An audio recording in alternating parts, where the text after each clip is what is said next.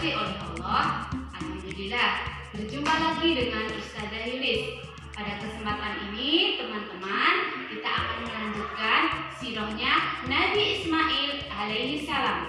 Bagaimana ceritanya? Yuk kita saksikan bersama-sama.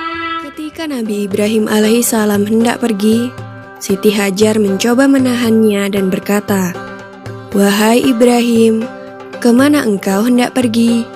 Apakah engkau akan meninggalkan kami di sini tanpa bekal untuk mencukupi kebutuhan kami?" Nabi Ibrahim tidak menjawab dan tetap beranjak pergi. Siti Hajar pun kembali bertanya, "Apakah Allah yang memerintahkanmu melakukan hal ini?" Nabi Ibrahim pun menjawab, "Ya, Allah lah yang memerintahkanku." Siti Hajar pun kembali berkata, "Kalau begitu Allah tidak akan membiarkan kami." Mendengar jawaban Siti Hajar, Nabi Ibrahim pun akhirnya pergi dari tempat itu. Setelah melewati sebuah bukit, hingga tak terlihat oleh Siti Hajar dan anaknya Ismail, ia pun berbalik. Ia memandang ke arah Baitullah, sembari berdoa meminta kepada Allah agar segala kebutuhan istri dan anaknya senantiasa tercukupi. Nabi Ibrahim kemudian kembali ke negeri Syam untuk menemui istrinya Sarah atas perintah Allah. Di padang pasir yang tandus bernama Makkah itu, Siti Hajar kebingungan mencari sumber air untuk Ismail yang terus menangis karena kehausan.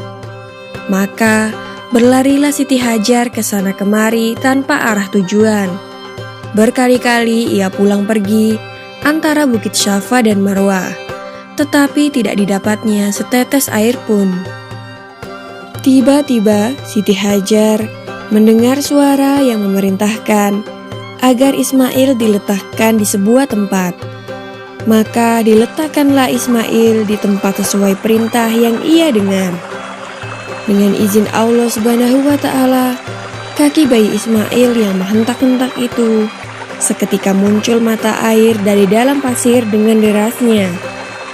Lalu Siti Hajar pun segera meminum sepuasnya dari sumber mata air itu, dan Ismail pun berhenti menangis.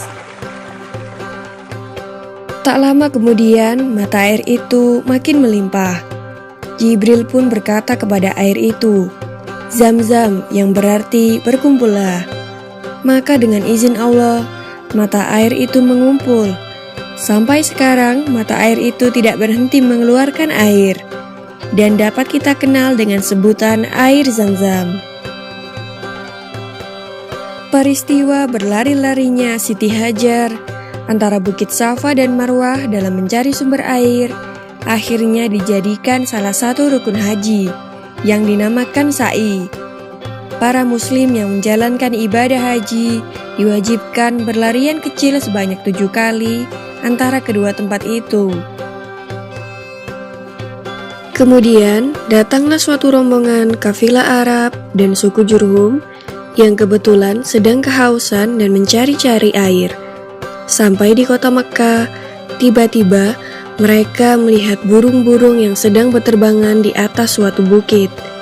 Mereka menduga pasti ada sumber air di tempat burung-burung itu. Dan ternyata dugaan mereka benar. Di tempat itu, mereka dapati Siti Hajar dan putranya Ismail berada di tepi mata air yang jernih dan makmur. Maka orang-orang Arab itu menemui Siti Hajar dan memohon izin untuk mengambil air dari tempat itu. Siti Hajar mempersilahkan dan minumlah seluruh anggota kafilah itu dengan puas. Setelah sekian lamanya, kemudian Nabi Ibrahim datang ke Mekkah untuk menjenguk istri dan anaknya. Sesampainya di sana, terkejutlah beliau melihat mata air yang melimpah dan tenang di tempatnya. Juga di sekitarnya terdapat desa yang subur dan makmur. Beliau pun lega karena istri dan anaknya ternyata masih hidup sehat dan tercukupi. Siti Hajar lalu menceritakan semua kejadian yang pernah ia alami kepada suaminya. Mendengar itu, Nabi Ibrahim kemudian memuji kebesaran Allah Subhanahu wa Ta'ala yang telah mengabulkan doanya terdahulu, agar istri dan anaknya itu serba dicukupi kebutuhan hidupnya. Demikianlah kisah Nabi Ismail dan ibunya Siti Hajar dalam menemukan sumber mata air Zam-Zam. Maha suci Allah atas segala kebesaran dan kuasanya.